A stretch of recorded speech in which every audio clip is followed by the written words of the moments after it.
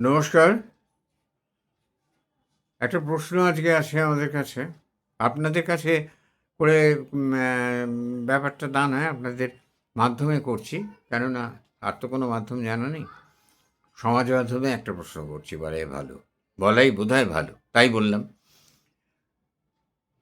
প্রশ্নটা এমএলএ এমপিদের কাছে, এই যে এবং মন্ত্রীদের কাছেও, এই যে রাজনৈতিক ব্যক্তিত্বরা বলেন আমরা জনসেবা করি, অথচ পকেট ভরে মাইনে নেন, নানা রকম ভাতা পান।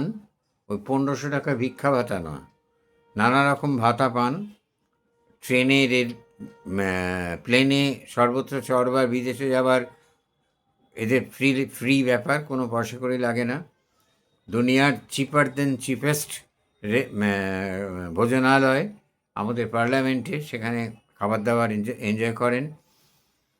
এরা রাস্তা দিয়ে গেলে আমার যতই প্রয়োজন থাক, আমি রাস্তা পার হয়ে ওপারে যেতে পারবো না। আমার অসুস্থ আত্মীয়কে দেখতে যাওয়ার জন্য ছুটছি, দাঁড় করিয়ে দেবে, গাড়ি যাবে এদের, তবে আমরা যাব। তাহলে এই মানুষগুলো কি করেন অ্যাকচুয়ালি? যদি এরা সেবা অর্থের বিনিময়ে করা যায় না, সেবা অর্থের বিনিময়ে করা যায় না। সেবা করতে গেলে নিঃস্বার্থভাবে অর্থ না নিয়ে করতে হয়। এরা অর্থ নেন, তাহলে মাইনে নেন, তাহলে এরা চাকুরিজীবী। যদি চাকুরিজীবী হন, তাহলে এদের পরীক্ষার ইন্টারভিউ হয় না কেন? এদের চাকরির ইন্টারভিউ হয় না কেন? এদের কেন একটা মাপকাঠি থাকবে না যোগ্যতার? যে কোনো যোগ্যতার মানুষ হলেই কেন? যে কোনো লাইন থেকে আসা যে কোনো যোগ্যতা, পরিচিতি একটু মানুষের মধ্যে আছে। সেই পরিচিতি মাস্তান হিসেবেও হতে পারে, পরিচিতি সিনেমা আর্টিস্ট হিসেবে হতে পারে, পরিচিতি রেডিওর ঘোষক হিসেবে হতে পারে, what ever it may be. সেখানে হয়ে আমি কেন সেখানে এই সমস্ত জিনিসটাকে রাজনীতি করব এবং একটা বিরাট অঙ্কের টাকা পাবো, আর অঙ্কের টাকা পেয়ে সেটা নিয়ে আবার পরবর্তীকালে যদি সেই মিনিস্ট্রি পরের বার না আসে, আমি যদি আর না জিতি, কিচ্ছু ক্ষতি নেই, সারা জীবন পেনশন পাবো। এই সমস্ত টাকাটা আসবে আমার ঘাড় দিয়ে, আপনার ঘাড় দিয়ে, আপনার ঘাড় দিয়ে, আপনার ঘাড় দিয়ে, আপনার ঘাড় দিয়ে, আপনার ঘাড় দিয়ে, এই সমস্ত সাধারণ মানুষের ঘাড়ের ওপর দিয়ে আসবে টাকাটা, পকেট কেটে। তাহলে এই যে সিস্টেমটা, অথচ এরা বলবেন আমার কোনো ইন্টারেস্ট নেই, আমি জনসেবা করতে চাই। কে তোমায় ডেকেছে হে সেবা করতে? আমি ডেকেছি, আমি বলেছি আমার সেবা দরকার? আমি তো বলিনি আমার সেবা দরকার। তুমি তোমার নিজের ইন্টারেস্টে এসছো, তুমি তোমার নিজের প্রয়োজনে এসছো, তুমি তোমার নিজের সম্পূর্ণ নিজের ইন্টারেস্টে তুমি এসেছো। এসে এই যদি মিনিস্ট্রিটা এটা হতে পারি, তাহলে একটা, হ্যাঁ, একটা জায়গায় পাবো, অনেক পয়সা কড়ি পাবো, সম্মান পাবো, লোকজন গাড়ি, এখন সম্মান পায় না।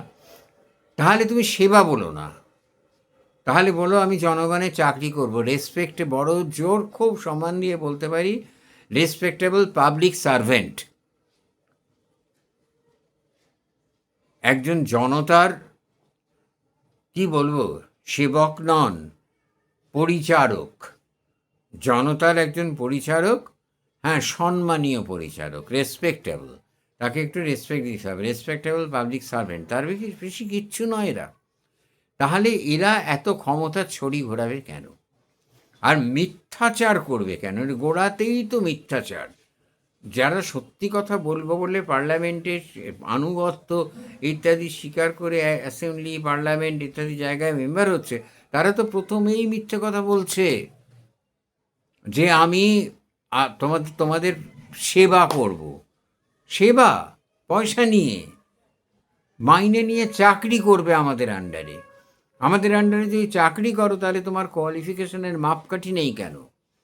তুমি যে কোনো কোয়ালিফিকেশানে যে কোনো জায়গা থেকে এসে ঢুকে পড়বে, সেটা হয়? তোমার চাকরির প্রত্যেকটা বেনিফিট তুমি পাচ্ছ, ওপরতলার চাকরি। তুমি যাতায়াতের পয়সা ফ্রি পাচ্ছ, লাগছে না। 2 নম্বর, তোমার প্লেনের পয়সা, বিদেশে যাওয়ার পয়সা লাগছে না। 3 নম্বর তুমি পেনশন পাবে। 4 নম্বর তোমার আবার ভাতা এই তোমার স্যালারি বলে না, ভাতা বলে, ভাতা বাড়বে। তাহলে চাকরিতে যা যা সরকারি চাকরিতে ফেসিলিটি পাওয়া যায় প্রত্যেকটা তুমি পাচ্ছ, অথচ মুখে বলছো সেবা। তাহলে প্রথমেই তুমি 1 নম্বর মিথ্যাচারী, সত্যের অপলাপ করছো। একজন সত্যের অপলাপকারী ব্যক্তিকে আমি কেন দেখব মন্ত্রী হিসেবে? তারপরে তোমার কোনো রকম রাজনৈতিক শিক্ষা নেই, কিচ্ছু নেই।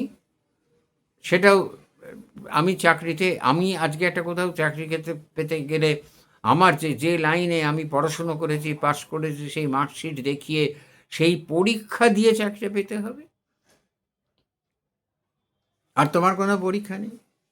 তুমি লোকের দরজায় দরজায় হাত পেতে ঘুরলে ভোটের আগে, ভোট হয়ে যাওয়ার পর তুমি আর লোককে চিনতে পারলে না। তাহলে তুমি কি হিসেবে তাহলে তুমি সেখানে দাবি করছো যে তুমি সেবা করছো? যদি তুমি সেবা করো তাহলে তুমি পয়সা নেবে না, বিনা পয়সা করো। হ্যাঁ, আমি সেবা করছি, সেটা তুমি করছো না।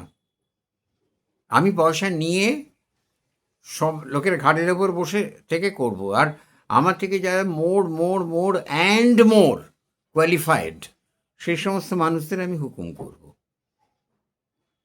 কেননা আমি এই জায়গাটা ভোটের কারসাজিতে পেয়ে গেছি, রাজনৈতিক কারসাজিতে পেয়ে গেছি। হ্যাঁ, রাজনৈতিক কারসাজি, কথাটা খুব চিন্তা করেই বলেছি। তাহলে আমি সেবা করি না, আমি চাকরি করি, অথচ চাকরির আইন আমাতে প্রযোজ্য নয়। তাহলে আমি একজন সত্যের অপলাপকারী, আমি একজন মিথ্যাচারী। তাই যদি হয় তাহলে আমি কি করে 140 কোটি মানুষের ভালো করব? বা যদি প্রভিন্স হয় তাহলে সেখানকার যে জনসংখ্যা 10 কোটি বা 12 কোটি তাদের ভালো করব? কারণ আমি কোন অধিকারে বক্তৃতা দিয়ে বলবো যে সৎ পথে চলার কথা? আমি তো নিজেই অসৎ, নিজেই পয়সা নিয়ে সেবা করি, নিজেই কোনো রকম যোগ্যতা না থাকা সত্ত্বেও একটা চেয়ার আগলে বসে আছি। যোগ্যতার পরীক্ষা আমি দিইনি কোথাও। সেবা বলছি চাকরি করে, চাকরির সব ফ্যাসিলিটি পাই। তাহলে এই যে সমস্ত রকম অনিয়ম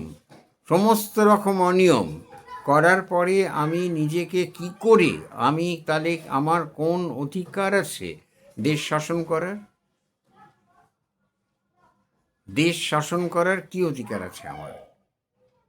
আজকে স্বাধীনতার 78 বছর পরেও আমরা স্বনির্ভর নয়, কোনো ক্ষেত্রেই নয় স্বনির্ভর। কেন নয়? আর চাকরির ক্ষেত্রে আমি যদি একটা ভুল করি তাহলে আমার পানিশমেন্ট হয়।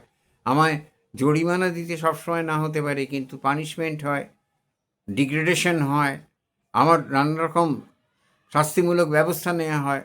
তাহলে তুমি যে কথাগুলো বলে এলে সেই কাজগুলো তুমি করলে না, তুমি রাস্তা বানালে না।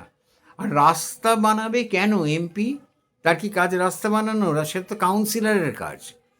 সে এলাকায় এসেই প্রথম বলে আমি এলাকার উন্নয়ন করেছি। এলাকার উন্নয়ন করা তো এমপির কাজ না। এমপির কাজ তো দেশের আইন প্রণয়নে সরকারকে সাহায্য করা, বা যদি সেই আইন দেশের বিরুদ্ধে যায় তাহলে সরকারের বিরোধিতা করা। সেটা না করে আগে প্রথমেই এরা বলেন যে দেখুন আমি আসার পর থেকে এলাকার কত উন্নতি হয়েছে।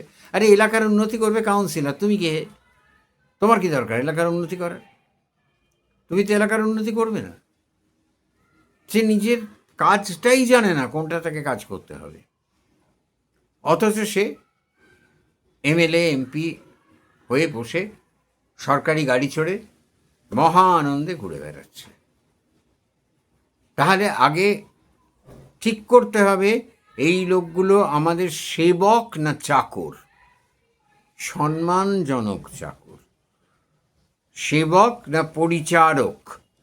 যদি পরিচারক হয় তাহলে এদের যোগ্যতা প্রমাণ করে চাকরিতে বসতে হবে, আর যদি পরিচারক না হয় তাহলে এরা একটা অ্যালাউন্স বা ভাতা সামান্য পেতে পারে, তার বিনিময়ে এদের সেবা আমাদের দিতে হবে।